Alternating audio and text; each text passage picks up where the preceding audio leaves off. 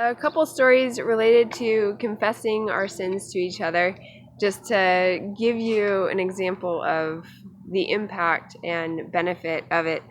So, when I was younger, like 2, 3 years old, I forget how old I actually was, but I moved when I was 4. So it was before I moved. There was a boy on the street, and we would play house, and I initiated, oh, let's pretend to go to sleep and we'll show each other our private parts. And that has been in the back of my mind, or it was in the back of my mind for a really long time. And in terms of that not really being okay, but at the same time, it's like, that's what little kids do. Like, whatever, it is what it is. And when I was doing Youth with a Mission, we had this week where at the end of the week, we would have the opportunity to confess sins to one another. And so I was asking God what I should confess. And that incident came to mind. And I was like, that's what kids do, whatever. It's not that big of a deal. But it kept coming to mind. And so on that very last day, it was kind of cool because the neighborhood kid, his name was Jason, and there was another guy in our group who was named Jason.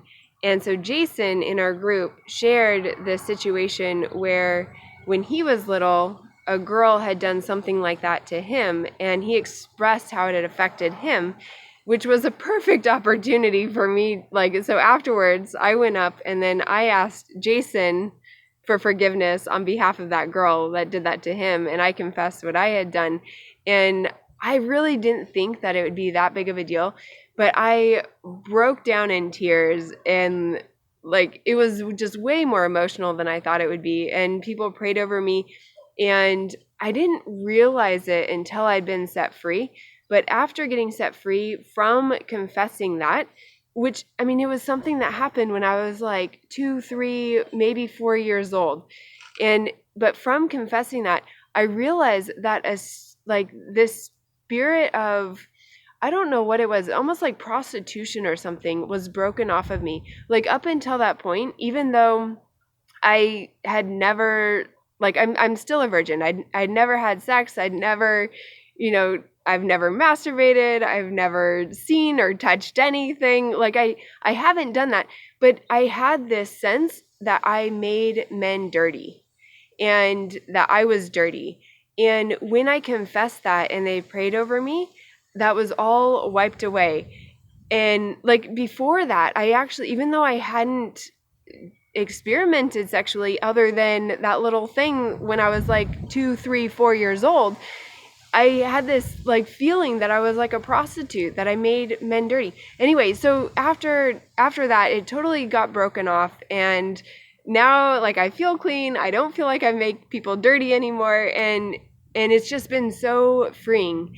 So anyway, the power of confession, it's real. There's a real something that happens when we just get stuff out in the open and confess it to one another. And then I will say also, I was not actually in touch with Jason from when I was 2 to 4 years old anymore, but I happened to have the opportunity when I was probably 28 or something. I ran into him and had the opportunity to ask for his forgiveness for doing that when we were little.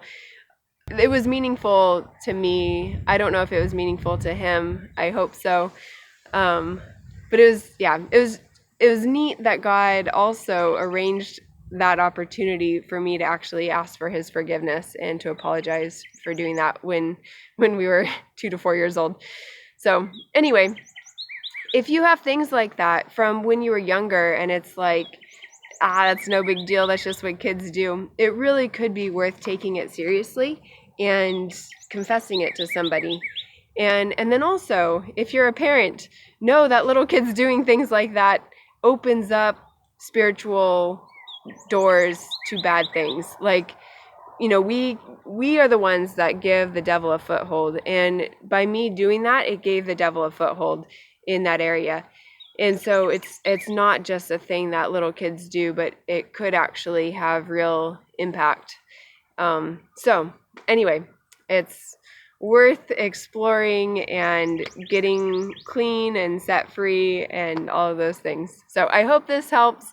Let me know if you've had experiences that are similar. Would love to hear them. Yes.